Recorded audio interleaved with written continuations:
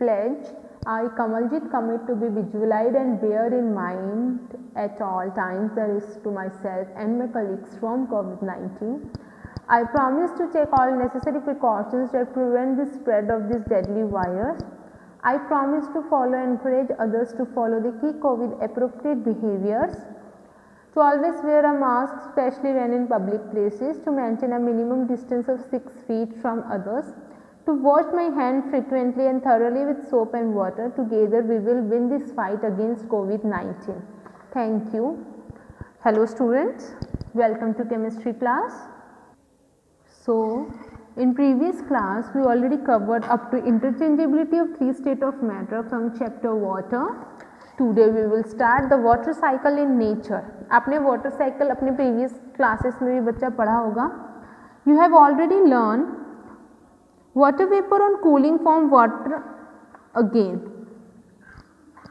तो first of all आपको पता है कि जब वाटर को हम हीट करते हैं तो वाटर वेपर में टर्न हो जाते हैं और जो वाटर वेपर को जब हम कूल करते हैं वो फिर से वाटर बन जाते हैं. The change of water from one form to another over and over again is called water cycle in nature. तो जो वाटर का फॉर्म चेंज होते रहते हैं ना ओवर एंड ओवर अगेन, उसको हम क्या बोलते हैं? वाटर साइकिल बोलते हैं. Let us look at water cycle in detail. The sun warm the water in ocean, ponds, lake and river. सबसे पहले जो सन है वो वार्म करते हैं वाटर को. कहाँ किसके कौन से जहाँ जहाँ आपको वाटर मिलता है, oceans, pond, lake and reverse. ठीक है. The water from this sources continuously change into water vapour with escape into the air. तो जब वो वाटर सन वार्म करता है वाटर को, जो वाटर वेपर्स कंटिन्यूसली क्या करते हैं, वो एयर में स्कैप हो जाती हैं. The process of changing water into water vapour is known as evaporation.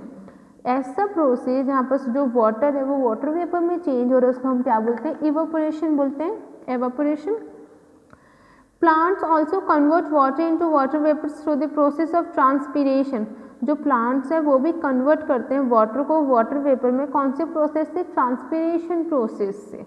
ये जो ट्रांसपीरेशन प्रोसेस है बच्चे वो स्टोमेटा में होते हैं. The heat of the sun warms up the air need the surface of the earth. जो हीट है, सन जो हीट प्रोवाइड करते हैं वो वार्म करते हैं एयर नियर द, जो अर्थ के सरफेस के पास जो एयर होती है उसको वार्म करता है. This warm air containing water vapour rises up. जो ये वार्म एयर होती है वो वाटर को कंटेन करती है और राइजेज ऊपर उड़ जाती है. In the atmosphere temperature goes down with height. जितना टेम्परेचर ऊपर जाते रहते हैं तो टेम्परेचर डाउन होता रहता है बच्चा हाइट के अकॉर्डिंग.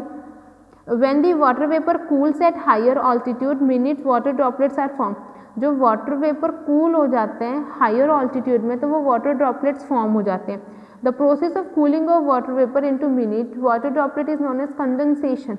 ऐसा प्रोसेस जहाँ से वाटर वेपर फिर से वाटर में चेंज हो रहे हैं वाटर ड्रॉपलेट्स में, उसको कंडेंसेशन बोल रहे हैं. आपको यहाँ तक समझ आया? सबसे पहले सन ने हीट किया एयर के जो ऐसी एयर जो हमारे ग्राउंड सरफेस के सबसे पास होती है फिर वो अपने साथ वाटर को कंटेन करती है और राइजेज अप हो जाती है. फिर वहाँ पर जाके जितना हम ऊपर जाते रहते हैं उतना ज़्यादा जो टेम्परेचर है वो डिक्रीज होता जाता है. तो ऊपर जाते जाते जो वाटर है वो वेपर है वो वाटर ड्रॉपलेट्स में चेंज होता है. उसको प्रोसेस को कंडेंसेशन बोलते हैं. The tiny water droplets form cloud. जो वो छोटे छोटे ड्रॉपलेट्स बन गए वो क्या बना जाते हैं? क्लाउड्स बना देते हैं. When the water droplets in the cloud come together they form a large droplet of water. जो वाटर ड्रॉपलेट्स क्लाउड में एक साथ मिलते हैं और फिर वो बड़ा सा वाटर ड्रॉपलेट बनाते हैं. जो लार्जर ड्रॉपलेट्स हैं वो हैवी होते हैं और फॉल होते हैं रेन में. रेन के थ्रू मतलब जब रेन होती है उसमें जो हैवी फॉल होता है on to the earth. This process is forming rain from small droplets known as precipitation. ऐसा प्रोसेस जहाँ से रेन बन रहा है छोटे छोटे ड्रॉपलेट्स के साथ उसको हम बोलते हैं precipitation.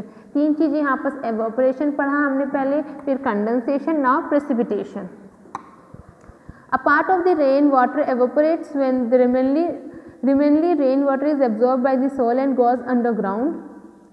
The water on land is utilized by living objects including human beings which also come back to nature through various life process. Okay? जब रेन होता है तो कुछ सॉइल में चले जाता है, अंडरग्राउंड यूज़ होता है, कुछ ह्यूमन बींग्स यूज़ करते हैं अपने रेगुलर पर्पस के लिए. When air cools to the greater extent, the water droplets freeze into snow particles. These particles combine to form snow flake, which fall as snow in a colder region. जब air cool हो जाती है to a greater extent, जो water droplets हैं वो freeze हो जाते हैं और वो स्नो पार्टिकल्स में कन्वर्ट हो जाते हैं। तो वो जो snow the particles combine to form snow flake, जो पार्टिकल्स मिलके स्नो फ्लेक बनाते हैं और वो फॉल होता है एज अ स्नो कहाँ पर, कोल्डर रीजन में। जब स्नो मेल्ट हो जाती है water flows into stream and river, जब स्नो मेल्ट हो जाएगी तो जो वाटर है वो स्ट्रीम्स और रिवर में चला जाएगा। Many of this river fall into the ocean, कुछ कुछ रिवर्स हैं फिर ओशियन में फॉल हो जाती है। Most of the water falling in the form of rain also reach the sea through stem river. Steam मतलब क्या हो रहा है बच्चा, पहले ये प्रोसेस साइकिल की तरह वर्क कर रहा है, ठीक है।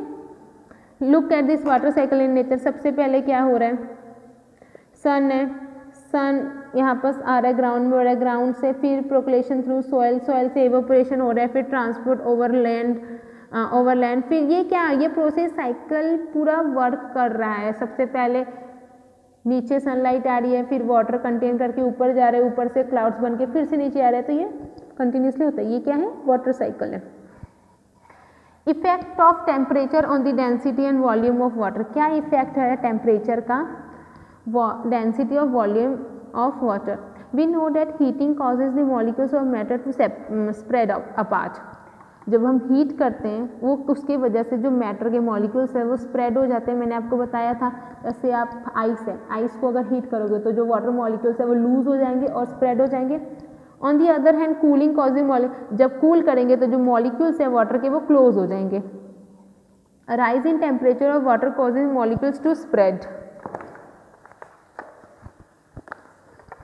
apart, occupying a large volume resulting in decreasing in density. Similarly, cooling of water causes molecules to get closer, occupy a small volume resulting in increase in density. Thus, hot water less dense as compared to cold water. The density of water is maximum at 4 degree Celsius. तो बच्चा जब temperature rise हो रहा है, temperature rise हो रहा है तो जो वाटर मॉलिक्यूल्स है वो स्प्रेड हो रहे हैं, स्प्रेड होने के कारण वो लार्ज वॉल्यूम में दिख रहे हैं। उसके रिजल्ट में क्या हो रहा है, जब लार्ज वॉल्यूम में जो उसकी डेंसिटी है वो क्या हो गई, डिक्रीज हो गई। सिमिलरली जब वाटर हम कूल करते हैं तो मॉलिक्यूल्स है वो क्लोज हो जाते हैं, तो वहाँ पर जब वॉल्यूम है वो स्मॉल हो जाती है और रिजल्ट क्या होगा, डेंसिटी इंक्रीज हो जाएगी। समझ रहे हो आप। सबसे पहले जब वो मॉलिक्यूल स्प्रेड हो जाएंगे, टेम्परेचर अगर टेम्परेचर राइज हो रहा है तो डेंसिटी डिक्रीज हो रही है, जब टेम्परेचर डिक्रीज हो रहा है डेंसिटी इंक्रीज हो रही है। ओके, तो density of water maximum 4 degree Celsius होता है। अब इंपॉर्टेंस ऑफ वाटर, बच्चा इंपॉर्टेंस ऑफ वाटर तो आपको पता है कि वाटर कहाँ कहाँ आपको इम्पॉर्टेंट होता है। वाटर असेंशियल है लिविंग बॉडी के लिए। All animal and plants contain large amount of water in their body. हमारी बॉडी में भी ज़्यादा अमाउंट में वाटर होता है। हमारी बॉडी में 70% वाटर होता है by weight. The amount of water present in some animal and plant is seen in very high water is a habitat for large animals, marine and aquatic animal and plant living in oceans. जो water है वो बहुत लोगों की तो habitat है। अगर aquatic animals, marine animals की बात करें तो वो तो रहती है वहाँ पर से, ओशियंस में, लेक में, रिवर में, पॉन्ड में। तो वो वाटर क्या करता है, वो न्यूट्रिएंट्स और ऑक्सीजन को डिजोल्व कर लेता है वाटर में सर्वाइवल्स के लिए। ठीक है, जो वाटर ऑक्सीजन जो होता है वो वाटर में डिजोल्व हो जाते हैं, फिर वही जो डिजोल्व ऑक्सीजन जो मराइन एनिमल्स है उसको यूज़ करते हैं। ये बहुत ज़्यादा इंपॉर्टेंट रोल प्ले करते हैं। अगर वो हमारी बॉडी में डाइजेस्ट करना है फूड को तो भी हमको वाटर की रिक्वायरमेंट होती है, न्यूट्रिएंट्स के लिए भी वाटर की रिक्वायरमेंट होती है, बॉडी टेम्परेचर मेंटेन रखने के लिए भी। We sweat a lot when weather is warm, we drink water to ensure the body temperature is maintain. अगर देखो गर्मी है, आपको स्वेटिंग बहुत ज़्यादा आती है, तो अगर आप वाटर कंज्यूम नहीं करोगे तो स्वेटिंग आ जाएगी, तो आपकी बॉडी में वाटर रिटेंशन कम हो जाएगा। तो वाटर हमारी सब चीज़ के लिए रिक्वायरमेंट है। वाटर प्लांट्स के लिए, germination of suit, growth of plants के लिए रिक्वायरमेंट है। रूट में अगर प्रॉपर्ली आप वाटर नहीं दोगे तो वो ग्रो प्रॉपर्ली नहीं करेगा। फोटोसिंथेसिस के लिए green leaves prepare food with the help of water and carbon dioxide. जो ग्रीन लीव्स है वो फूड कैसे बना सकती है, अगर वाटर और कार्बन डाइऑक्साइड नहीं है तो वो फोटोसिंथेसिस का प्रोसेस ही नहीं कर पाएंगे in the presence of sunlight. अब डे टू डे लाइफ में वॉशिंग के लिए, bathing, cooking, watering plant, this all are the purpose जिसके लिए हमको वाटर की रिक्वायरमेंट होती है। Transport of goods, boat, ship and sail boat carry man and material from one place to another. ये गुड मीडियम है, water good meaning and medium है for transporting of goods. At many places flowing water in river is use to transport timbers. जो flowing water में आप timber transport कर सकते हो, logs of wood. Ship transport होती है वाटर की हेल्प से ही। The seeds of several plant transported by water. So this all are the uses of water in our day to day life. Many people live in boats, they have their home on water, they live on boat in lakes and river, they usually earn their livelihood for by fishing and transporting people.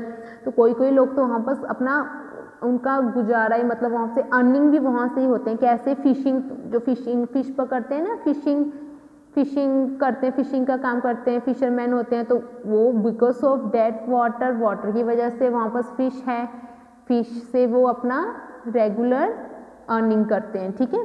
Transporting के लिए जैसे कोई ship boats का काम करते हैं, एक जगह से दूसरी जगह आपको ट्रांसफर कर देगा। किस चीज़ के लिए करेगा? वो मनी के लिए करेगा।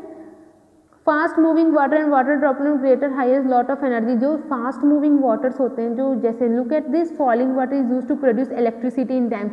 जो डैम्स में जो वाटर फॉल होता है ना, वो बहुत ज़्यादा हाई स्पीड में होता है, तो वो इलेक्ट्रिसिटी प्रोड्यूस भी होती है हम वाटर से। और water dropping from greater higher has a lot of energy, this energy is called kinetic energy.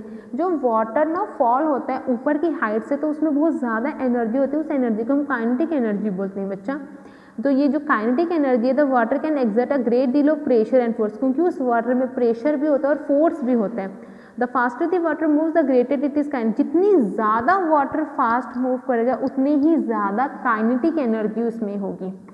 This energy of moving और falling water can be use to turn water wheels. Some water wheels are use to grain, some are use to run machines in factories. Other special water wheels called turbines are use to run large generator to produce electricity.